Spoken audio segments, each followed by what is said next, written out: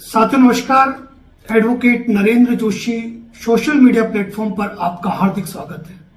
साथियों आज हम बात कर रहे हैं, यदि आपके घर पर चेक बाउंस का नोटिस आता है तो नोटिस को लेना चाहिए या नहीं लेना चाहिए, नोटिस को लेने के फायदे क्या है और नोटिस को नहीं लेने के नुकसान क्या है। यानी कि कहने का मतलब यह है कि आपने किसी व्यक्ति से, किसी संस्था से, बैंक से, किसी साहूकार से कोई राशि उधार ले रखी है और उस उधार राशि के सिक्योरिटी के लिए या फिर उस राशि के भुगतान के लिए आपने अपने साइन किए हुए खाली चेक दे रखे हैं। ऐसी अवस्था में जब भी वह सामने वाला व्यक्ति उस राशि को प्राप्त करने के लिए बैंक में जब चेक प्रेजेंट करता है तो वह चेक बाउंस होता है, अनादरित होता है। कारण यह है कि यदि आपके पास राशि होती तो वैसे ही आप उस राशि का भुगतान कर देते।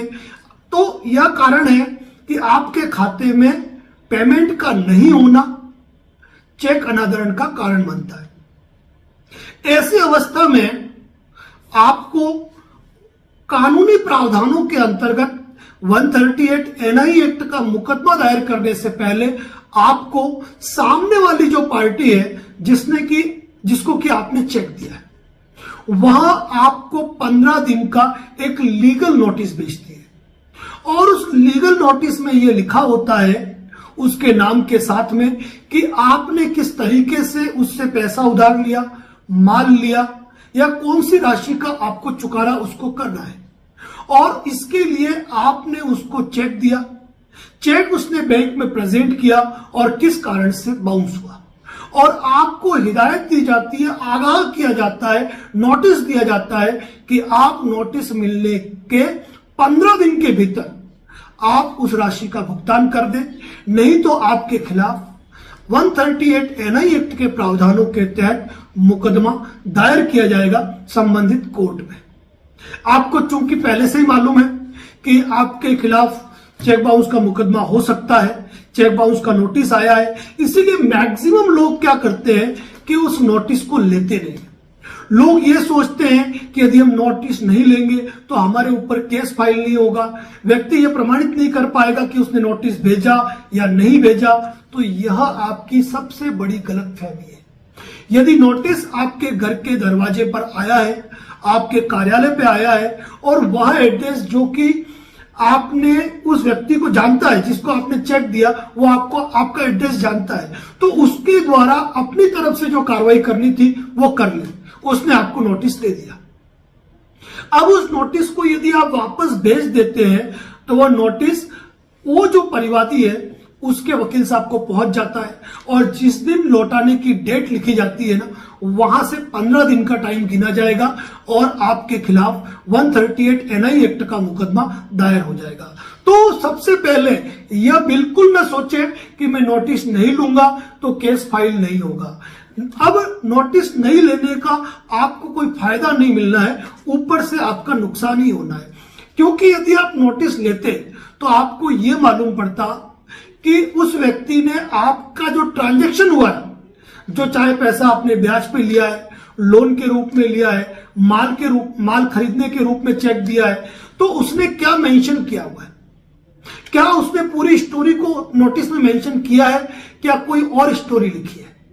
उसके अलावा आपने खाली चेक दिया था तो क्या ये तो नहीं कि उसने 10,000 रुपए ही मांग रहा था और 5 लाख का चेक बाउंस करा दिया।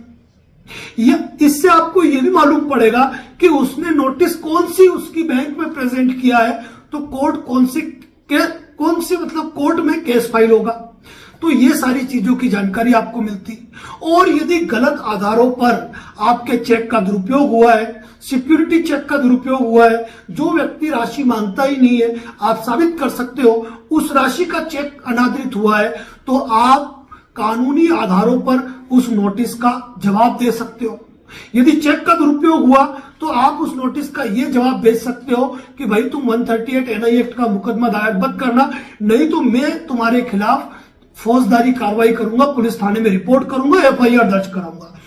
नोटिस नहीं लेने के केवल और केवल नुकसान ही है, क्योंकि यदि वाजिब आधार पर नोटिस आया है तो आप उसका निस्तारण भी कर सकते हो। यदि छोटा मोटा पेमेंट है तो उस नोटिस मियाद के अंदर आप दे भी सकते हैं। इसीलिए ये बिल्कुल न सोचे कि कोई नोटिस आपके पास आया और आप उसको वापस भिजवा दोगे तो आप पे केस फाइल नहीं होगा। तो ये लापरवाही तो आपको बिल्कुल करनी ही नहीं चाहिए। वकील का हो या कोर्ट का नोटिस हो, प्रत्येक व्यक्ति को उस नोटिस को रिसीव करना चाहिए।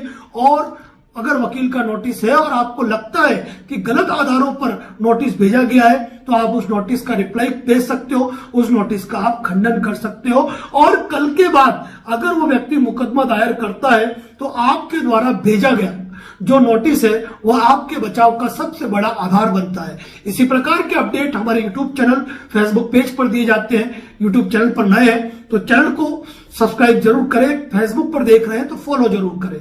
धन्यवाद। जय हिंद, जय भारत, जय नेपाल।